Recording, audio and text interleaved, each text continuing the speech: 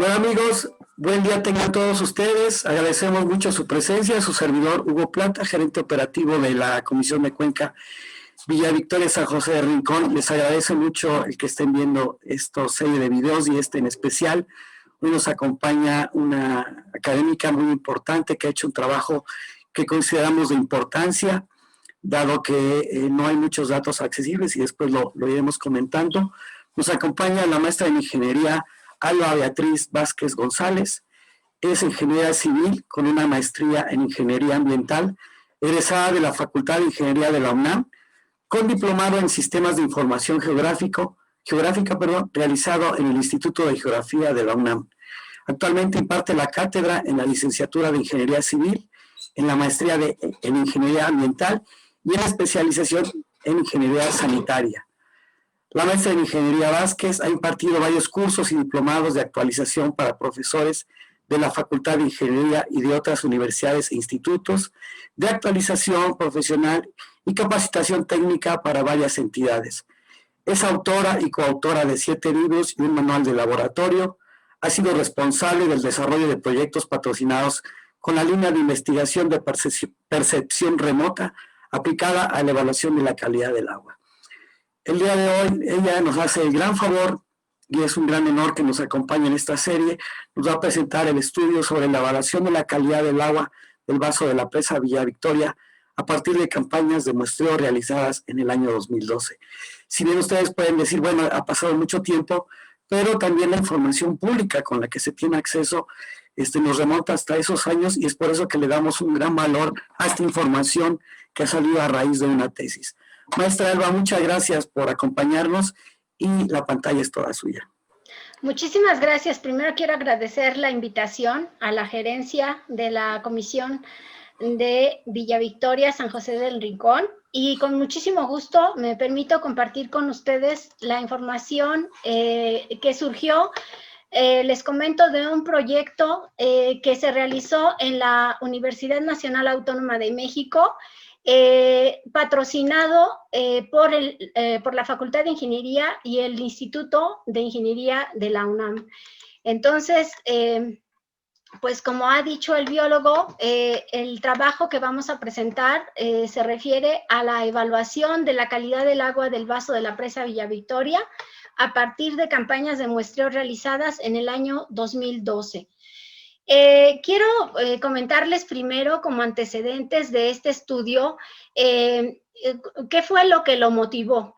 En la Facultad de Ingeniería, 1 o 2 años antes, habíamos realizado un estudio también similar para el caso de la presa Valle de Bravo, con la intención de obtener modelos de calidad del agua a partir de percepción remota.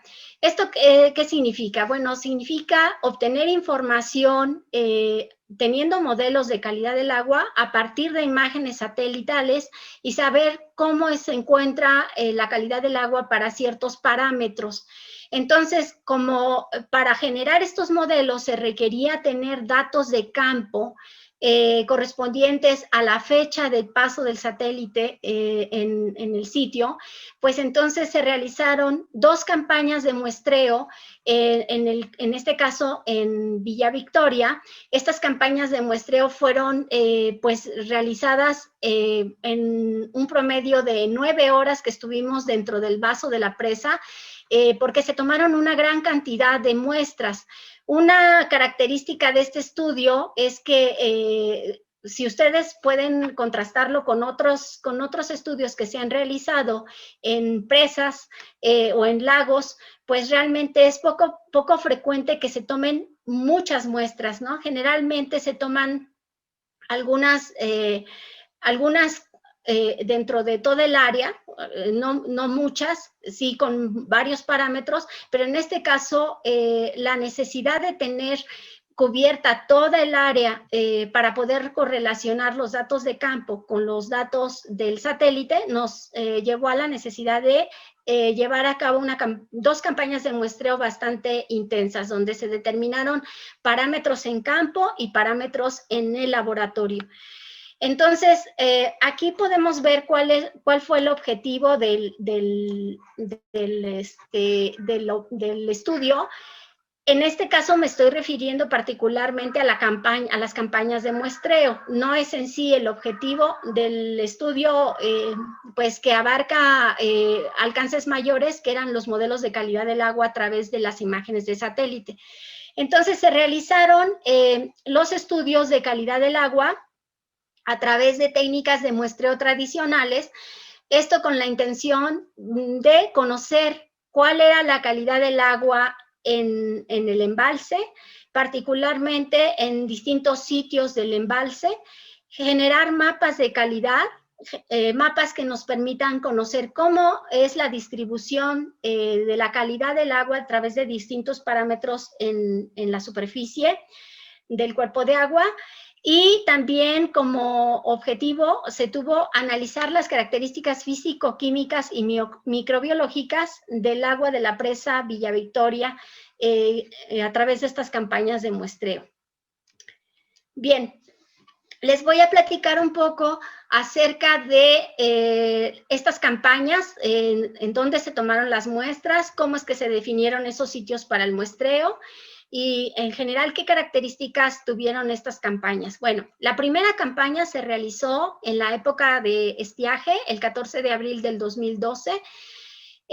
Los puntos que ustedes están viendo en esta imagen, bueno, esta imagen corresponde al embalse de la presa Villa Victoria. Aquí se ubica la cortina de la presa.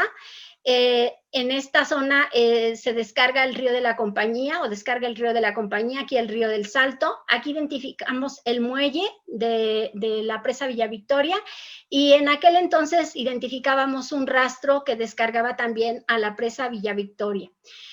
Estos sitios se determinaron en función de un análisis que se hizo de las imágenes satelitales previas para saber, digamos, a través de un análisis de la imagen, en dónde sería adecuado tomar muestras, porque la imagen mostraba, digamos, que podría haber una respuesta diferente de la calidad del agua asociada probablemente a una diferencia en su calidad. Entonces, se tomaron 47 sitios, en 47 sitios se hizo toma de muestra, y en 7 de ellos se hicieron parámetros adicionales a los que en general se determinaron en los 47 sitios. Ahora en un momento más les comento cuáles fueron esos parámetros que se determinaron tanto en todos los puntos como en estos 7 sitios específicos.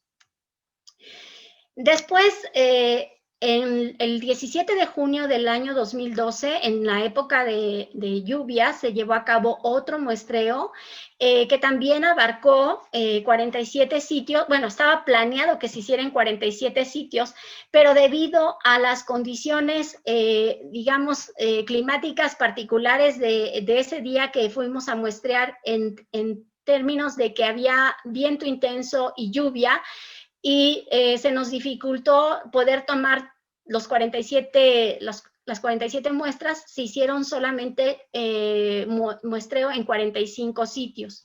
Igualmente se determinaron los sitios, digamos, que consideramos que eran los más representativos para evaluar la calidad del agua.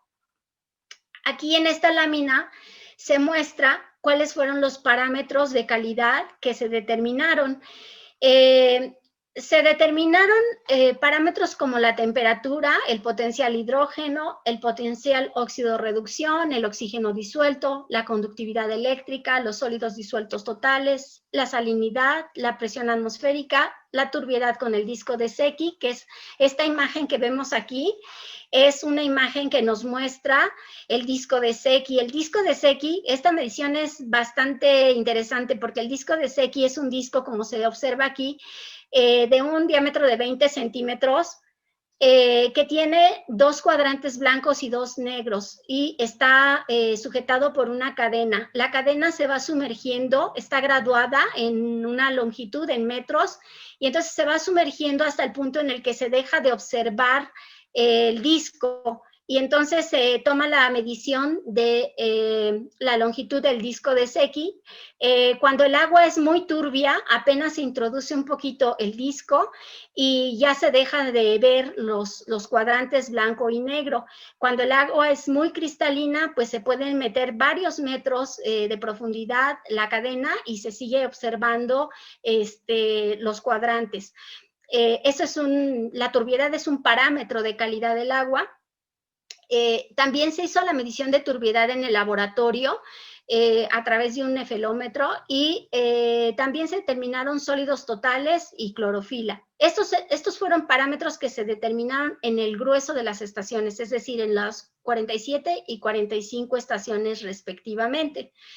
Para ello utilizamos equipo también de campo, como este aparato que ven ustedes aquí, que a través de sensores nos mide varios de estos parámetros y además tiene la característica de tener un GPS que va registrando la posición de cada uno de los sitios de muestreo, de tal forma que se puede, digamos, graficar todos esos resultados en un sistema de información geográfica. Les comentaba que adicionalmente se hicieron las determinaciones de otros parámetros. Estos otros parámetros que se determinaron son estos que mostramos aquí: la demanda bioquímica de oxígeno, el nitrógeno amoniacal, los nitritos, los nitratos, los fosfatos, los coliformes totales y los coliformes fecales.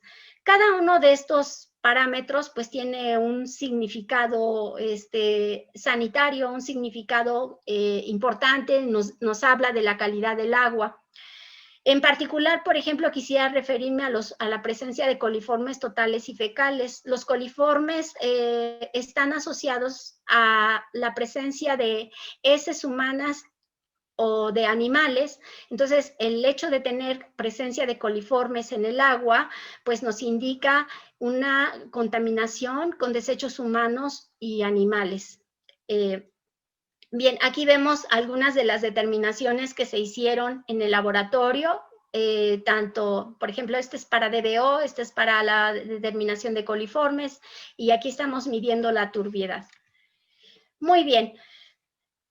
Para fines de divulgación de la calidad del agua, en términos generales, se suele utilizar un indicador que se denomina índice de calidad del agua, así como actualmente conocen ustedes el índice de calidad del agua, perdón, de calidad del aire, que está considerando, digamos, los diversos parámetros y que finalmente al habitante nos informan de la calidad, pues en términos de ese índice, y bueno, regularmente nos hablan, por ejemplo, del ozono, de la concentración de ozono. Sin embargo, es muy complicado para digamos, la población en general, saber cuál es la calidad del agua si yo me pusiera a dar la lista de los parámetros y de las concentraciones que tienen esos parámetros en el agua. Entonces es muy frecuente emplear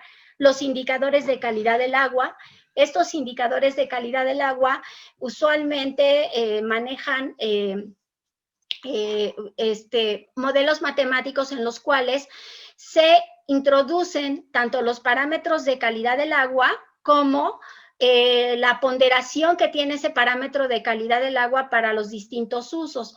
Por ejemplo, si hablamos de los coliformes, definitivamente si el uso es para consumo humano, los coliformes tienen que estar ausentes, eso marca la norma 127. Pero, por ejemplo, para otro uso, que podría ser el riego, pues se admiten cierta concentración de esos coliformes, dependiendo también del tipo de cultivo que vaya a ser regado con esa agua.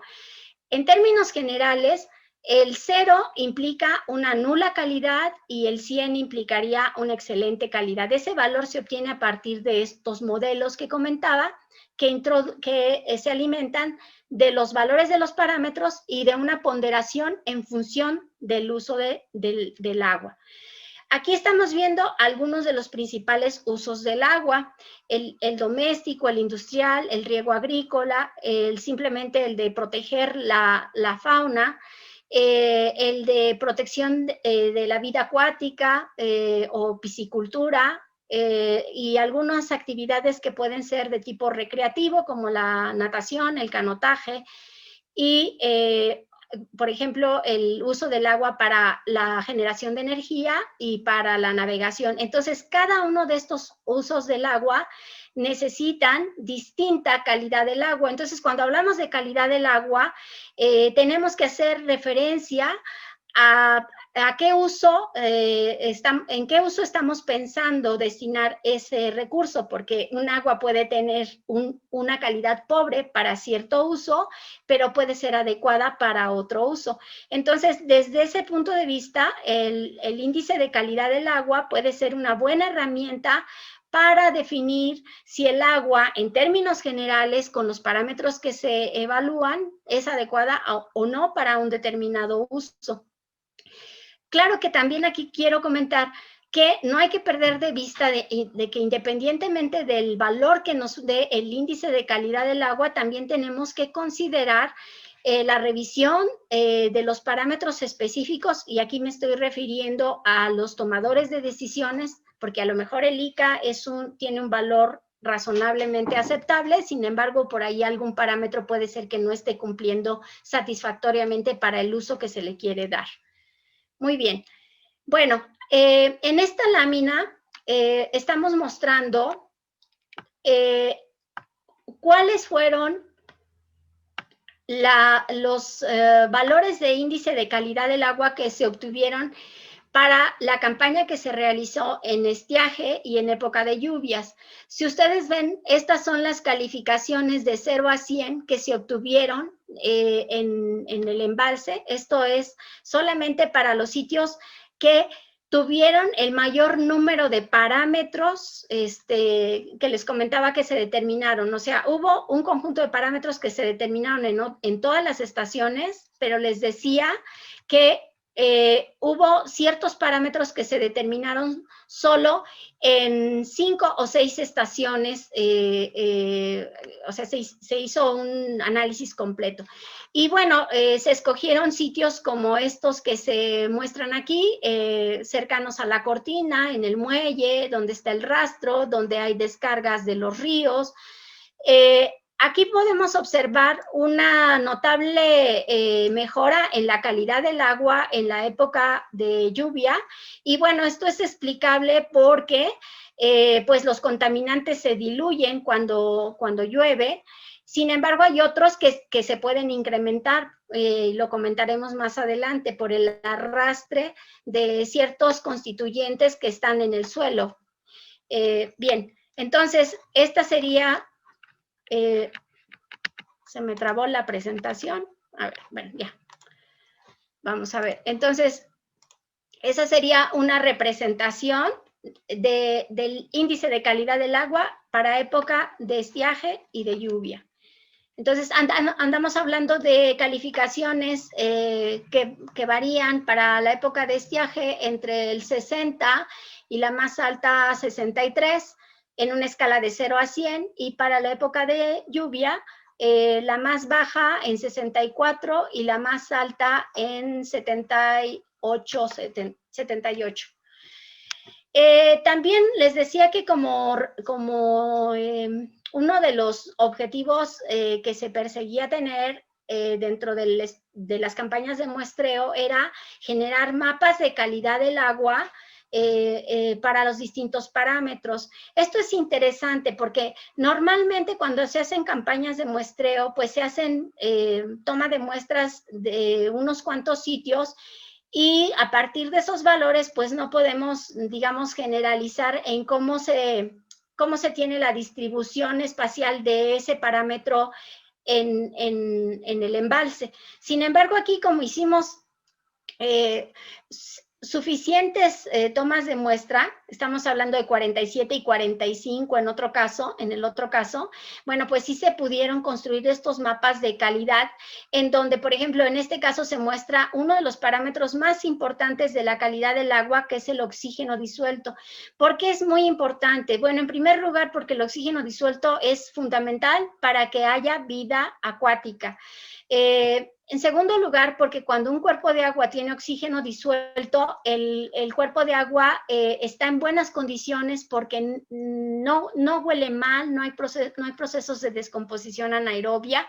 Entonces, el que tengamos niveles de oxígeno altos en el agua, pues habla de una buena calidad del agua. Entonces, aquí podemos ver que los valores del oxígeno disuelto para abril variaron, digamos, entre un 6.4 hasta un 7.4. Los valores más altos se mostraron cercanos a la cortina, son los colores más claros.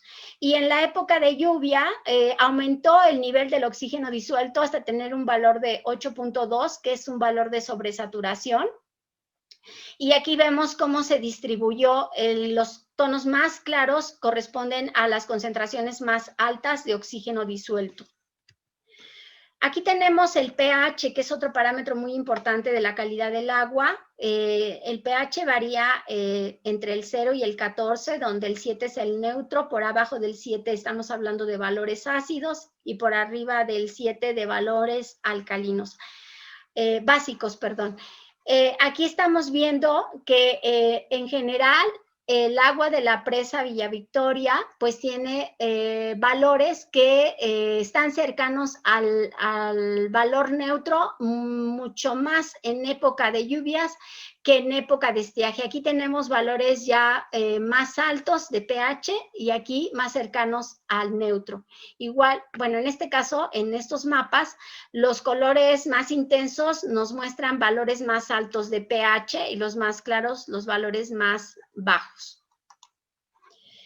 En cuanto a la temperatura, vemos que la temperatura en época de estiaje más alta fue de 20.2 y en época de lluvias fue del orden de unos 19 grados. Los colores más azules nos muestran temperaturas más bajas y los colores más rojos, temperaturas más altas. Entonces, aquí también lo que podemos observar de todos estos mapas de calidad es que en un embalse, en un cuerpo de agua, no tenemos la misma calidad en cualquier sitio, ¿no? Hay una dinámica del agua en el embalse y esto se da pues por el movimiento del agua gracias a la acción del viento. Por ejemplo, en la época de lluvias pues evidentemente hubo un mayor mezclado que en época de estiaje. Y también está asociado con las descargas que recibe el embalse. Aquí vemos el caso de la turbiedad. En el caso de la turbiedad, los colores más altos representan menor turbiedad, perdón, los colores los más intensos, los más negros, representan menor turbiedad. Aquí se tuvieron menores valores de turbiedad y aquí mayores valores de turbiedad. Aquí vemos para la época de lluvias cómo se distribuyó la turbiedad. Estas unidades son unidades de turbiedad nefelométricas. Bueno, aquí mostramos todos los parámetros que se determinaron en las 7 estaciones, en donde además de los que ya comenté, se determinaron otros parámetros, como les había ya expresado, los coliformes totales y fecales, la DBO, los fosfatos, los nitratos, los nitritos. Entonces, estos parámetros se determinaron en estas estaciones particularmente. Ahora, quisiera yo referirme a la interpretación de los datos que se obtuvieron de estas campañas de muestreo. En particular, por ejemplo, la demanda bioquímica de oxígeno. Este es un parámetro que nos mide de forma indirecta la cantidad de materia orgánica que tiene el agua. Por ejemplo, se observó que en promedio para la época de estiajes y de lluvia, aunque significativamente, bueno, aunque en lluvias bajó algo el parámetro DBO, se observa que el promedio, digamos, de demanda bioquímica de oxígeno para época de estiaje fue de 22.85, mientras que en la época de lluvia fue de 10 miligramos por litro.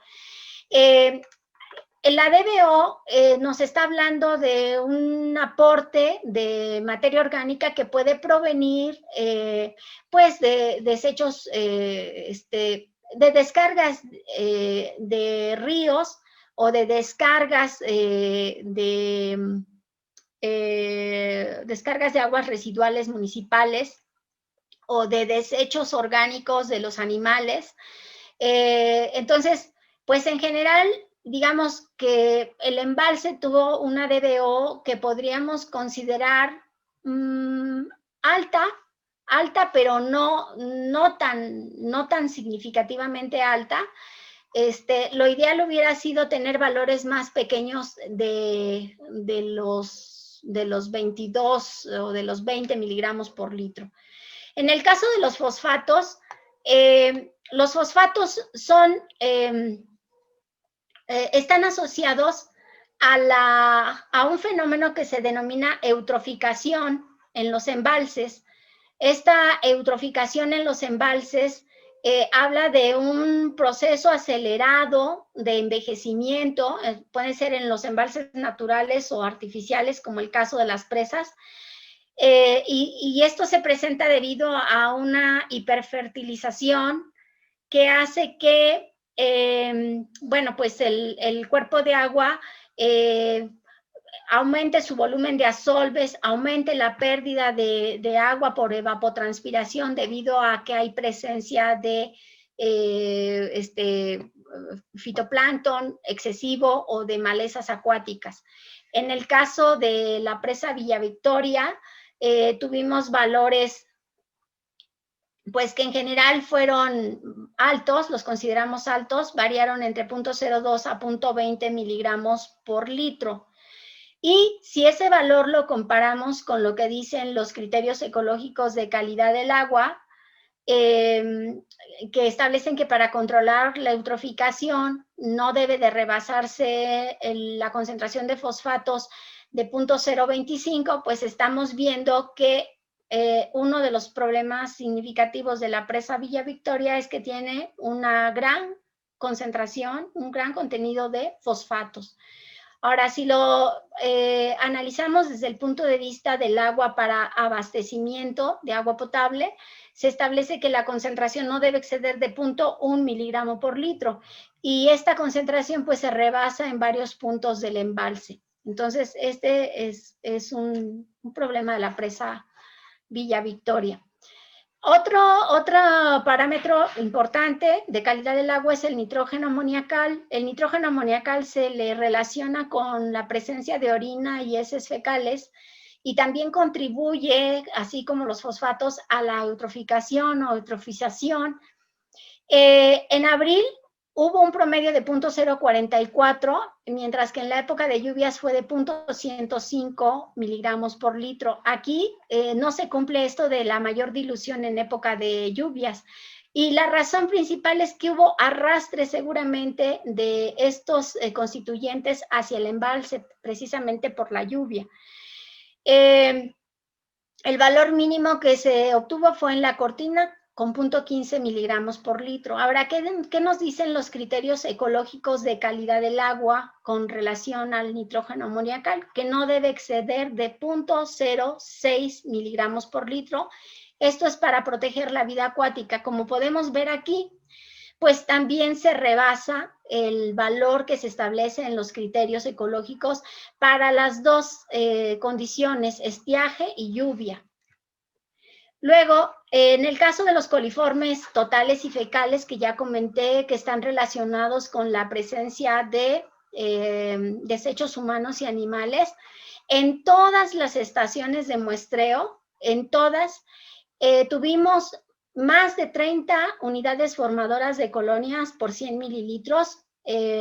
Esto para fines prácticos se informa como concentraciones incontables, es decir, hay concentraciones muy grandes, incontables, digamos, de coliformes totales y fecales. Pues esto es digamos, es un hecho, es una consecuencia, perdón, es una consecuencia de que hay descargas de aguas residuales sin tratamiento, hay arrastre de desechos de animales hacia el vaso de la presa, y también por la información que tenemos de una baja cobertura en los sistemas de agua potable y como consecuencia en los sistemas de alcantarillado, pues también es el resultado de que se manejen los desechos humanos indirectamente al suelo, que finalmente son arrastrados hasta el vaso de la presa Villa Victoria.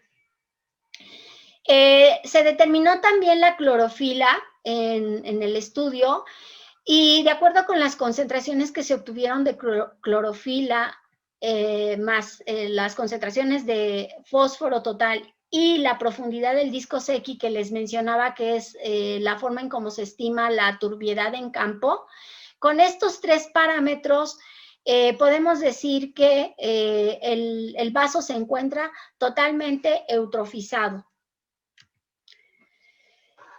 Ahora, les comentaré algunas de las conclusiones y recomendaciones que pues se generaron a partir de estas campañas de muestreo.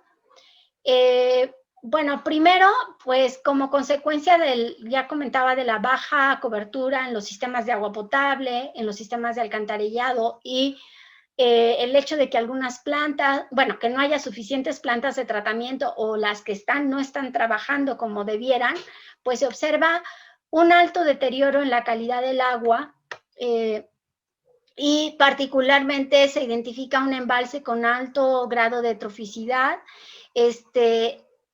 y de ello pues dan cuenta, como ya mencionaba, la clorofila, los fosfatos y la profundidad del disco de Secchi, la concentración alta en general de nutrientes.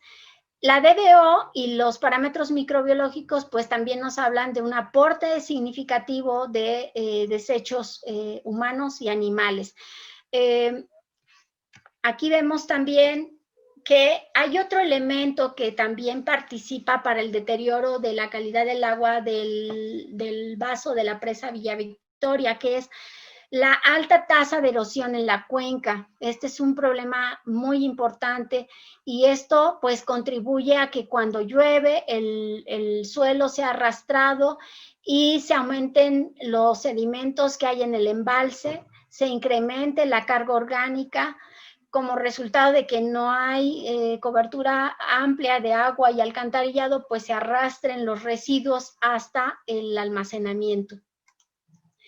Aquí vemos algunas fotografías que tomamos en las campañas. En estas fotografías, pues pudimos ver que lamentablemente la población de Villa Victoria, San José del Rincón, pues no tiene acceso a los sistemas de agua potable.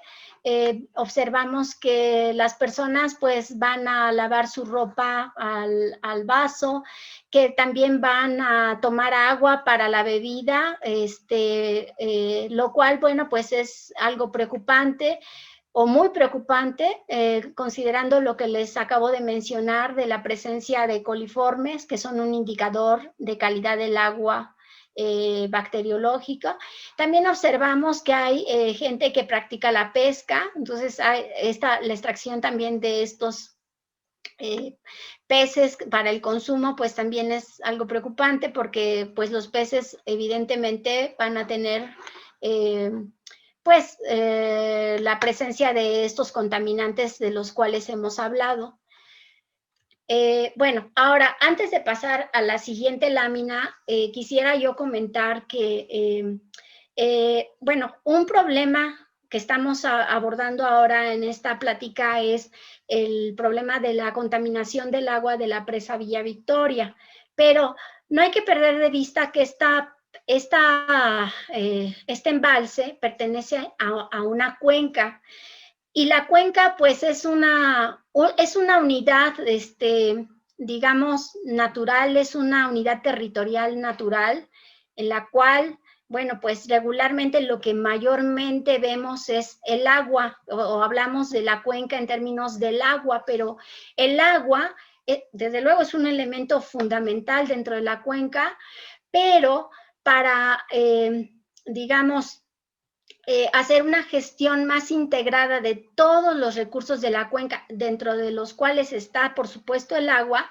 pues hay que tener una visión más integral de las cuencas, una visión que nos permita ver todos sus recursos, todos los servicios ambientales que podemos obtener de esa cuenca y que nos permita hacer una mejor gestión de todo ese territorio, porque lo que estamos viendo de degradación de la calidad del agua es el resultado de que no hemos visto a la cuenca como un todo, como un conjunto de elementos y recursos de los que podemos disponer, pero que tenemos que hacerlo de manera planeada, de tal forma que los beneficios que pueda brindar la cuenca, los servicios ambientales que pueda brindar, pues los brinde a un mayor número de actores, podamos beneficiar a la población en general. Y entonces, en las láminas que siguen, me permito presentarles, pues digamos, una propuesta que además es una propuesta que está surgiendo en muchas partes de México y fuera de México, en torno a lo que sería la gestión integrada de las cuencas. Y entonces, esto implica, pues, hacer una valoración de la cuenca en forma, digamos, integral, con un enfoque sistémico, que está basado en límites geográficos naturales, no en límites, digamos, que imponemos los seres humanos, sino en lo que la naturaleza define como límites. Ahora, ¿a qué me refiero con un enfoque sistémico? Bueno, me refiero a que cualquier problema que pretendamos atender, lo tenemos que ver desde varias perspectivas, desde varios enfoques, desde varias disciplinas, con la intención precisamente de tener ese enfoque integral que nos permita, como dice aquí la lámina, gestionar y aprovechar los recursos de manera que los beneficios se puedan distribuir a un mayor número de habitantes. Esto es un enfoque que le llaman enfoque integral de cuencas.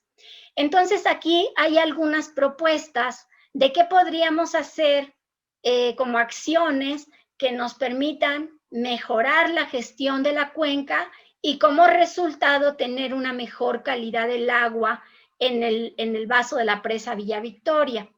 Por ejemplo, aquí, si hablamos de uno de los elementos que integran la cuenca, además del agua, está el suelo. Entonces,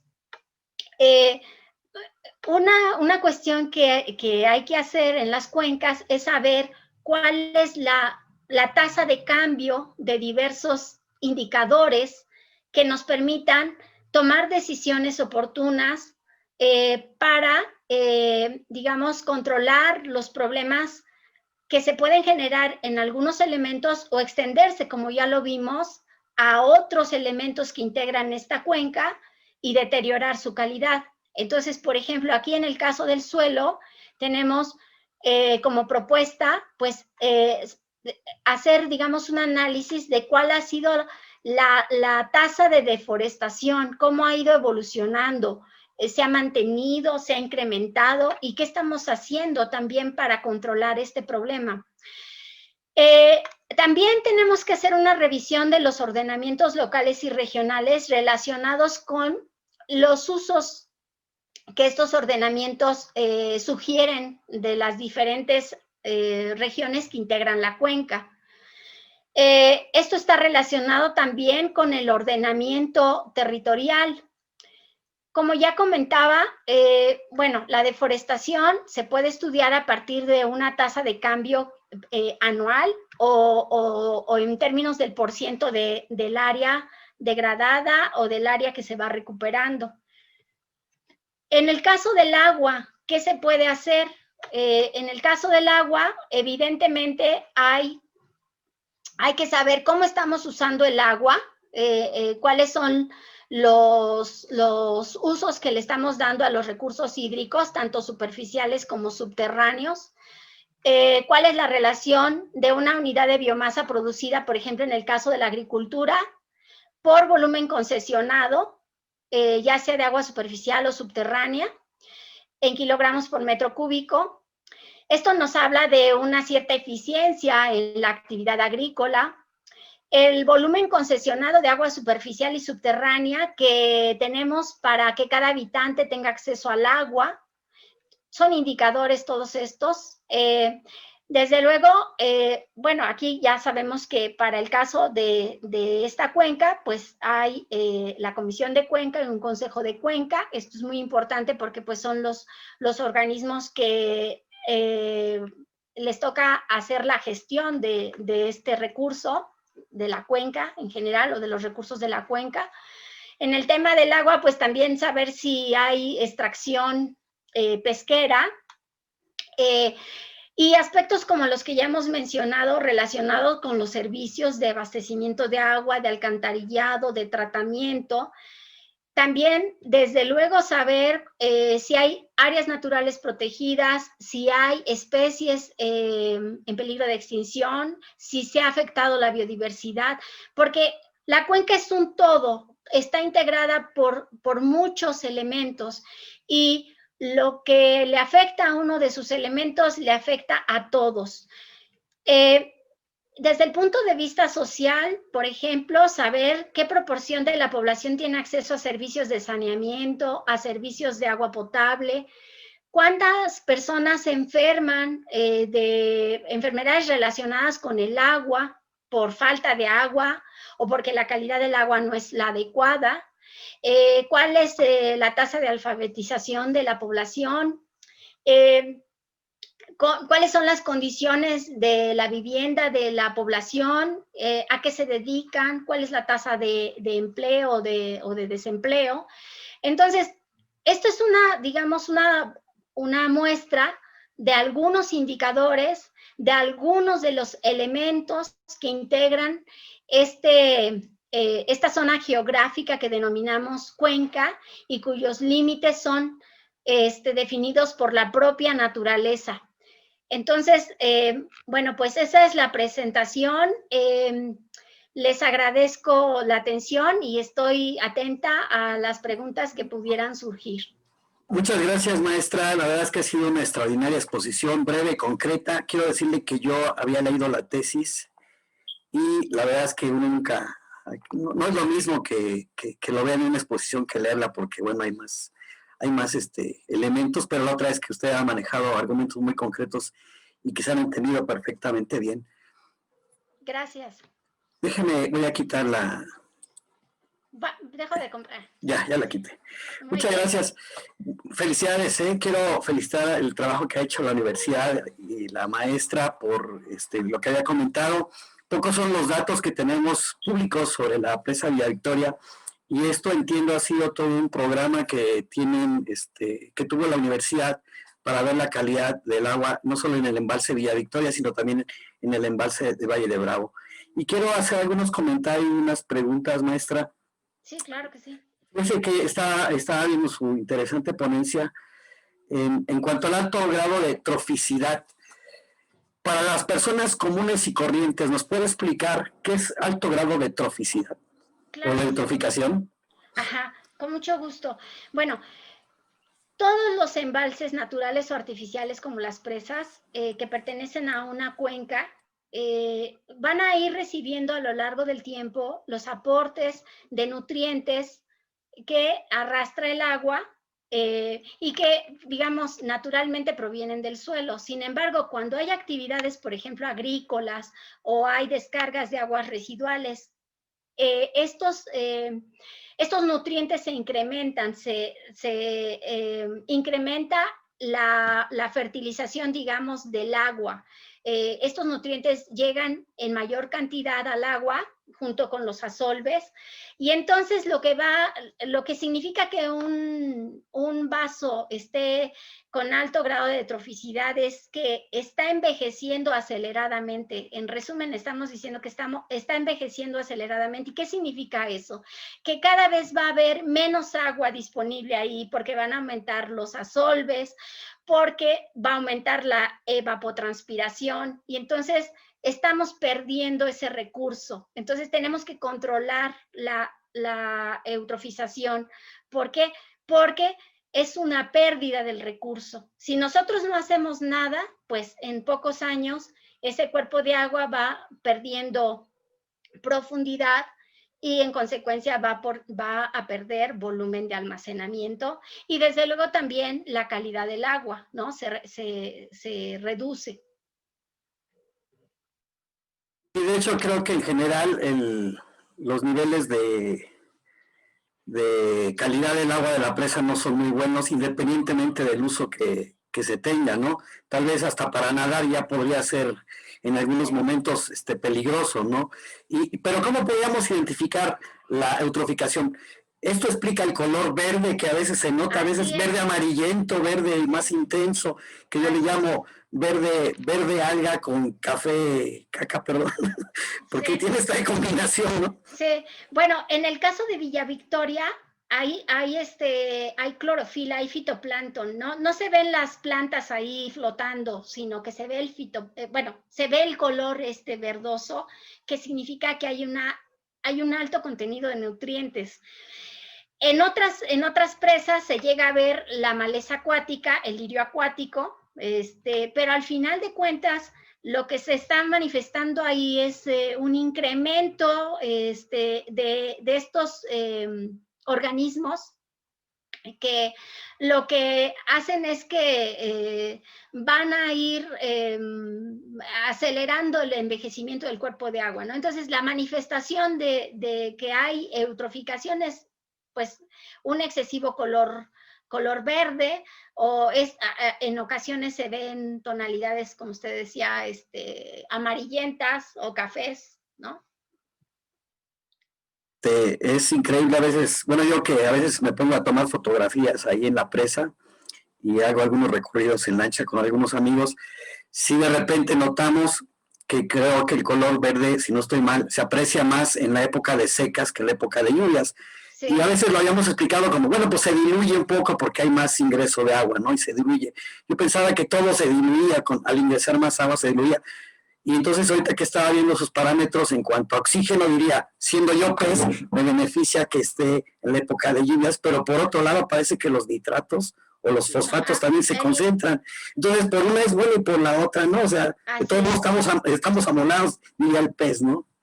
Así es, sí, se incrementa su nivel de oxígeno, sin embargo el nitrógeno amoniacal se incrementa por el arrastre de la lluvia, del agua de lluvia hacia el embalse. Es correcto, sí. Fíjese que yo había pensado que en época de lluvias, en términos generales, mejoraba. Pero bueno, estamos viendo ya con el análisis que ustedes están mostrando que, bueno, mejora algunos parámetros, pero en otros, pues, disminuye, ¿no? Entonces, qué barbaridad, estamos ambulados por un lado y por otro. Bueno, la otra quería comentar que una cosa es el servicio de saneamiento. Yo entiendo el servicio de saneamiento como drenaje y tratamiento, no nada más drenaje. ¿Estaría de acuerdo? Estoy de acuerdo, sí. En México tenemos una concepción limitada de lo que es el sistema de alcantarillado. El sistema de alcantarillado tendría que incluir la planta de tratamiento, pero estamos acostumbrados a que primero se mete el sistema de alcantarillado y después de muchos años, o quizá, pues hasta ahora no, la planta de tratamiento. Entonces, todo sistema de alcantarillado tendría que tener asociado su planta de tratamiento. ¿Por qué? Porque no es nada más recolectar las aguas residuales, sino también llevarlas hasta el tratamiento para después poderlas disponer en un cuerpo receptor o reusarlas. Fíjense que desde el año 2014 hemos hecho un diagnóstico y un seguimiento más o menos anual de las instalaciones de tratamiento, por decirlo así, porque hay diferentes, e incluimos dentro de ellas las fosas sépticas, que parece que es muy común a nivel familiar y a nivel comunal que se instalen. pero más que instalaciones de tratamiento, lo que vemos es que son instalaciones de concentración de contaminantes, porque, bueno, los pocos drenajes o los muchos, la verdad, no tengo el dato no existe un dato como tal para la cuenca. Lo que sí hemos visto es que encontramos al menos 17 instalaciones de este tipo. 6 o 7 son plantas de tratamiento, unas inclusive no están ni concluidas, las 3 o 4 que pueden operar, pues no están operando, y si operan con muchas deficiencias, que lo único que hacen es concentrar el contaminante, más que tratarlo, lo único que hacen es concentrarlo y vertirlo directamente al vaso, ¿no? Inclusive había ocasión que una planta que estuvo funcionando en su momento muy bien, veía uno el agua que salía, pues aparentemente salía limpia, pero increíblemente lo que hacían era que los lodos que extraían de esa planta los arrojaban otra vez al arroyo. Entonces decía, bueno, pues ¿qué estamos haciendo aquí? O sea, no estamos entendiendo el proceso o de qué se trata. Bueno, el chiste es que de 14 instalaciones, ninguna está funcionando, y la única que funciona resulta que a fin de cuentas no vierte sus aguas hacia la presa Villa Victoria, sino que los saca hacia Lerma. O sea, toma sus aportadores, vienen de esta cuenca, pero los saca hacia Lerma. Entonces, ¿cómo estaremos, no? Pero bueno. La otra, algo importantísimo que ha hablado, y que es, bueno, todos los que nos decimos cuencólogos, es un término que escogimos en un diplomado, o alguien lo puso. El enfoque de manejo integral de Cuenca, creo que usted ha sido muy atinada y ha dado, y para nosotros le agradecemos mucho su aportación, porque precisamente algunos comentarios que hemos recibido es: ¿por qué estás tocando estos puntos? Por ejemplo, educación. ¿Por qué estás tocando deforestación? ¿Por qué están tocando suelos en una cuestión que tiene que ver con agua? Y usted lo acaba de decir perfectamente. La cuenca es todo lo que está en ella, y todo está interrelacionado. ¿Nos podría comentar algo más, ahondar un poquito sobre este punto? Claro que sí. Bueno, en general, yo percibo que la forma en cómo hemos abordado los problemas de cualquier tipo ha sido de una manera parcial. No identificamos que lo que estamos estudiando forma parte de un todo, y a su vez ese todo es parte de otro todo más grande. Todo está interrelacionado, no hay nada aislado. En el caso de la cuenca, eso es clarísimo. La cuenca es esa región geográfica cuyos límites los ha definido la naturaleza. Ahí no ha intervenido ningún hombre o mujer. Y entonces, el punto aquí es que todos esos recursos que tiene esa región geográfica, pues se tienen que gestionar de manera adecuada, y ahí estamos incluyendo desde luego la parte social fundamental. La parte social es fundamental porque somos nosotros los que tenemos que participar en las actividades que contribuyan a mejorar la gestión de todos esos recursos, de todos esos servicios ambientales. Entonces, desde luego que para resolver un problema tenemos que hablar del todo, de tener este enfoque sistémico. No podemos ser simplistas y decir, pues solo vamos a hablar del agua, porque entonces no vamos a resolver nada, porque solo estamos hablando del agua. Pero ¿por qué el agua está contaminada? Pues está contaminada debido a las prácticas que hacemos del suelo, a la agricultura, a la parte social, a que no hay servicios, a las actividades que lleva a cabo la población, etcétera, ¿no? Entonces es parte de un todo. Sí, comentar que, bueno, la problemática de las cuencas normalmente es la misma, no más que unas más agudas que otros aspectos, ¿no? Puede ser deforestación, contaminación, eutroficación, la parte de educación, la parte social. O sea, creo que la problemática es la misma, porque a fin de cuentas abarca todo, pero en unas es más acentuado que en otra. Y yo siempre he dicho que Villa Victoria sí está en un caso muy crítico, porque desde el punto de vista social, desde el punto de vista hidrológico, desde varios puntos, inclusive político, también sufre muchos problemas, ¿no? Y bueno, está complicado, y por eso es que hay que hacer todo un análisis en cuanto a plantear alguna solución que pueda tener. Si no, como el problema es tan complejo, el pensar que en 4 o 5 años esto se pueda arreglar, no, yo lo que siempre he dicho es sentar las bases para que con el tiempo, poco a poco, si no al menos se puede reparar el daño, al menos que sea ya lo menos optimista es que se vaya degradando tan rápido, ¿no? Sino hacer un poco más lento. Pero esto implica la participación de todos los actores. Estamos pensando de la población, estamos pensando de las autoridades, tanto fuera de la cuenca como dentro, ¿no? Es un problema de todos. ¿Qué le diría? Porque fíjese que yo cuando comento con los pobladores, que les digo, oiga, es que ya están viendo cómo está su presa, ya ven cómo está su agua, y me dicen, pero es que y nuestra agua, o sea, en realidad no la usan. Pocos son los que se ven beneficiados del embalse, sino son los pescadores, los prestadores de servicios turísticos, básicamente son esos dos sectores los que se ven beneficiados, pero el resto de la población no se beneficia como tal. ¿Qué le diría a esa gente que, bueno, está en la parte alta a lo mejor y que uno le dice, oye, ¿por qué no haces este manejo de suelos o por qué no metes este tipo de fertilizantes orgánicos en lugar de meter tanto fertilizante químico? Y que dice, bueno, la presa a mí no es mi interés, o sea, que se preocupe con agua, que se la lleva para el Cutzamala. ¿Qué le diría a esa gente? Es que precisamente creo que parte del problema es que no la sienten suya porque no tienen beneficios directos de ella. Es que es muy triste traernos el agua y la población que está cerca del embalse no tenga el servicio de agua. Eso es muy triste. Eso es lo que pudimos observar en las dos campañas de muestreo. Realmente, cuando fuimos, a mí me dio muy profunda tristeza saber que ellos, estando tan cerca del embalse, no tenían los sistemas de abastecimiento y tenían que ir a la presa a cargar el agua hasta sus casas, a lavar la ropa, etcétera. Entonces, pienso yo que parte digamos, del poco interés que la gente tiene es porque ellos no están obteniendo un beneficio de ese almacenamiento. Entonces, aquí creo que parte importante sería en la cuestión de gestión, pues que los hagamos partícipes de los beneficios que podrían tener de ese recurso que tienen ahí tan cerca.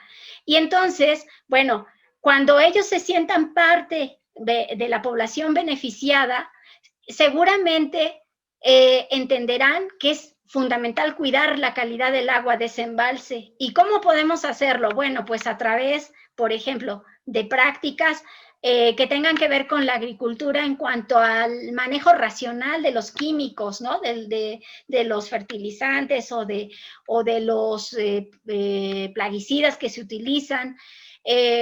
Pero vamos, estamos en un círculo vicioso, ¿no? Porque la gente no siente suyo ese vaso, no lo ve cercano porque no se beneficia de él, y dicen, bueno, pues esa agua se va al Valle de México, ¿no? O parte del Estado de México, ¿no? Pero bueno, hay que incorporarlos a los beneficios y en esa medida también ellos pueden contribuir también a cuidar el recurso. Todos en general tendríamos que contribuir a cuidar los recursos que en sí pues son de todos, son del país, son de la nación. El agua es un bien nacional y lo tenemos que cuidar para bienestar y beneficio de todos, para la salud de todos. Eso es fundamental, la salud, ¿no? Eso es algo de las cosas que creo que es más preocupante, el hecho de que no tengan sistemas de agua potable, pues es preocupante porque ¿de dónde están trayendo el agua? ¿Qué calidad tiene esa agua que beben? Entonces, eso también es, desde mi punto de vista, es un asunto fundamental, porque cuando hablamos de la salud de las personas, eso no es un tema trivial, ¿no? Es fundamental. Sí, nos comentaba otra persona que expuso, bueno, grabado es diferente que las fechas, pero bueno, y creo que ese video va a estar antes, de la maestra doctora Ruth, que comentaba que no pudieron tener acceso a la información en cuanto a estadísticas de salud de la cuenca, por alguna razón, ¿no? Entonces yo lo que comentaba es que, bueno, de lo que tengo conocimiento es seguramente en invierno, por cuestiones naturales, son enfermedades respiratorias, pero en temporada de sequía son enfermedades gastrointestinales, ¿no? Y mucho relacionado a la calidad del agua. Entonces lo que yo les comento es a la gente que me cuestiona, ¿por qué preocuparse por cuidar la presa? Le digo, bueno, es que no La presa es un indicador para ti, o sea, la calidad de esa agua es tu termómetro de cómo está la otra agua. Y luego me dicen, oiga, vamos a instalar, queremos poner una fosa séptica, pero el ojo de agua, el manantial está allá abajo, ¿lo va a contaminar? Digo, pues usted mismo solito se contesta, ¿no? Si ya tiene la duda, seguramente. Pero es que ya hay otros así. Y yo, no, bueno, no puede ser. Entonces, la otra es que tampoco tenemos un buen sistema de monitoreo de la calidad del agua de esos manantiales. O sea, se hizo alguna vez, pero insisto, la información no es pública, o sea, no sabemos cómo está. Y entonces, contra eso estamos navegando un poco y es una de las partes de justificaciones de hacer este tipo de reuniones o charlas web, pues con la gente que ha venido trabajando y que tiene mucho más experiencia que un servidor, pero mucho más. Pero que, bueno, pues han trabajado y que todos sus aportes, lo que hacemos es tratar de juntar, pues para que la gente que nos está viendo, sobre todo los de la cuenca, pues entiendan que, bueno, es importante ya tomar conciencia, uno, saber cómo está, saber qué tenemos, saber de que todo lo que hacemos influye a otros, no a los del Valle de México, porque a los del Valle de México ahí llega la planta potabilizadora y ahí les curan todo y ya se va limpio. Pero nosotros, ¿qué tenemos que hacer? Entonces, saber cómo estamos, saber qué tenemos, saber en qué condiciones está nuestra cuenca. Pues, y el otro paso importante es saber cómo podernos organizar. Y otra de las ponentes también nos ha hablado con experiencias en la parte de Amanalco, cómo han empezado a hacer la gobernanza, que empiezan desde tener un archivo, tener el equipo de sonido a veces inclusive para poderse comunicar en esta reunión. Desde ahí empezamos, ¿no? Entonces es por eso que estamos retomando todos estos puntos. Parte de la, más bien no parte, lo más importante para la toma de decisiones, y para tomar decisiones con sabiduría que conduzcan al bienestar de las personas es tener datos, tener un diagnóstico. Si no tenemos datos ni diagnóstico, no podemos hacer propuestas de solución a ningún problema, o las haremos, pero no, a lo mejor no, más bien lo más probable es que no resuelvan nada, porque no tenemos el diagnóstico. Entonces, pues empezamos desde lo sencillo, que sería ir conociendo la problemática para partir de allí y decir, esto es lo que vemos que se requiere. Pero es fundamental el saber cómo estamos para que podamos ir proponiendo medidas para resolver las problemáticas. Es correcto, maestra. Yo creo que por ahí va la idea ahora de que estamos planteando esta serie de que la gente se empiece a entender, que participe más. Nos surge que la gente entienda y que participe. Eso es lo que buscamos con esta serie. Finalmente, maestra, para hacerle una pregunta. Aunque hicieron ustedes un muestreo que duró prácticamente un año, y que, bueno, entiendo el trabajar que es muestrear en un día 47 o 45 puntos, porque yo le he tratado las series. Es un trabajo endemoniado, ¿no? O sea, sí es pesado. Con lo que usted vio, con lo que usted sabe, con lo que usted ha analizado, ¿cómo ve a futuro si no se trata? O sea, tratando de hacer una visión hacia adelante de cómo estamos. Si ahorita encontró usted esos parámetros, ¿usted cree que han aumentado de manera alarmante? Yo creo que sí. ¿Sí?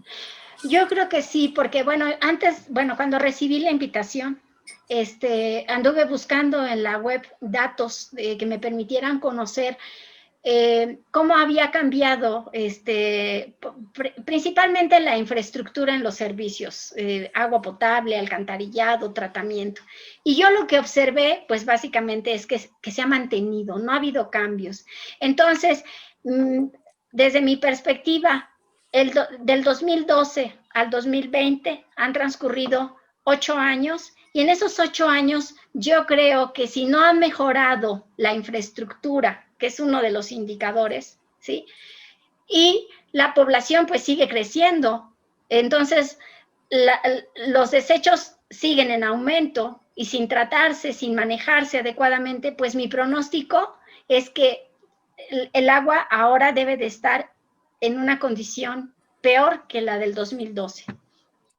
Sí, seguramente es lo que está pasando. Yo, fíjense que he tratado de tener diferentes elementos para poderla calificar. Ahora estoy haciendo muestreo con macroinvertebrados.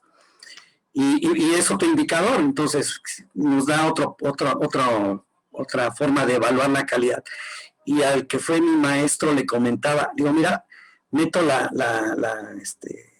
trampa, así, una coladera, y saco al menos 100 bichos de la misma especie. Dice, es que nunca lo había visto. Dice, una cosa es que encuentres 10, 20, pero tantos. Digo, bueno, más para que veas. O sea, aparte, dependiendo de la familia indica uno más o menos, con la suma de varias familias. Pero ese bicho en especial me llamaba la atención. Era exagerado, o sea, era una plaga completa, ¿no? Y un alimento para peces, pero yo creo que ni los peces los han de querer. El chiste es que, bueno, coincido con usted, o sea, no ha habido un incremento en la infraestructura, no es un problema fácil.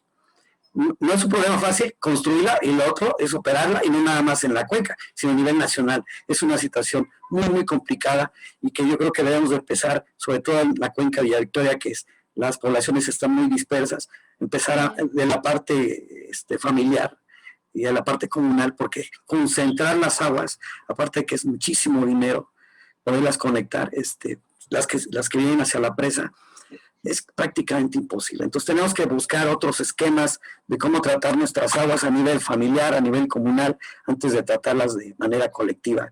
Es financieramente incosteable para cualquier autoridad local o estatal. Maestra, sí, adelante. Digamos, a través de sistemas descentralizados que se utilizan, digamos, como para pequeñas poblaciones o individuos aislados, ¿no? Pero bueno, sí hay opciones, hay alternativas que cuestan también, pero más manejables o más pues realizables desde el punto de vista de la dispersión que tiene la población en la cuenca. Sí, tal vez una de las opciones que estamos viendo son los humedales artificiales.